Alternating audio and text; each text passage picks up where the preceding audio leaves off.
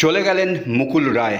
৭২ বছর বয়সে দীর্ঘ অসুস্থতার পর রবিবার গভীর রাতে কলকাতার একটি বেসরকারি হাসপাতালে শেষ নিঃশ্বাস ত্যাগ করেন তিনি। প্রাক্তন রেলমন্ত্রী তথা তৃণমূল কংগ্রেসের প্রতিষ্ঠাতা সদস্য মুকুল রায়। ১৯৫৪ সালে তার জন্ম হয়। ২০২৬-এর ২৩শে ফেব্রুয়ারি তার মৃত্যু হয়। দীর্ঘদিন ধরে নিউরোলজিক্যাল ও বার্ধক্যজনিত অসুস্থতার কারণেই তিনি ভুগছিলেন।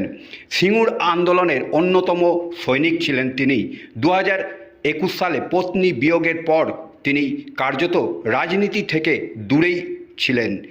শেষে কলকাতার বেসরকারি একটি নার্সিংহোমে বাইপাসের ধারে ভর্তি ছিলেন। চিকিৎসাধীন অবস্থায় তার মৃত্যু হয়। প্রবীণ রাজনীতির মৃত্যুতে শোকের ছায়া নেমে আসে রাজনীতি মহলে।